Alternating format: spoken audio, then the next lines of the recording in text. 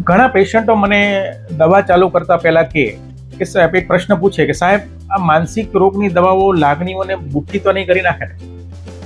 અને એ લોકોને મારો જવાબ છે ના, આ એકદમ ખોટું છે. દવાઓ લાગણીને મારી નથી નાખતી, પણ લાગણીને બેલેન્સ કરે છે અને નિયંત્રિત કરે છે. જ્યારે તમને ડિપ્રેશન, એન્ઝાયટી, બાયપોલર જેવી બધી બીમારીઓ થાય છે ત્યારે તમારા બ્રેઇનની અંદરની જે કેમિસ્ટ્રી છે એ ડિસ્ટર્બ થઈ જાય છે. ત્યારે આ લાગણીઓ બેકાબુ બની જાય છે. ક્યારેક ઉદાસી, ક્યારેક ડર, ક્યારેક ચિંતા, ક્યારેક ગુસ્સો.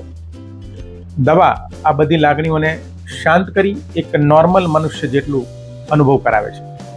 તમે હસી શકો છો, તમે રડી શકો છો, તમે તમારી દરેક લાગણીઓ પર કાબુ રાખી શકો છો.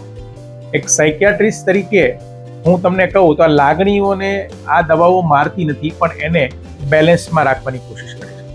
જેમ બીપીની દવાઓ બ્લડ પ્રેશરને કંટ્રોલ કરે છે, ડાયાબિટીસની દવાઓ બ્લડ શુગરને કંટ્રોલ કરે છે, એ જ રીતે તમામ સાયકિયાટ્રિક મેડિસિન તમારા મૂડને બેલેન્સમાં રાખવાનું કામ કરે છે.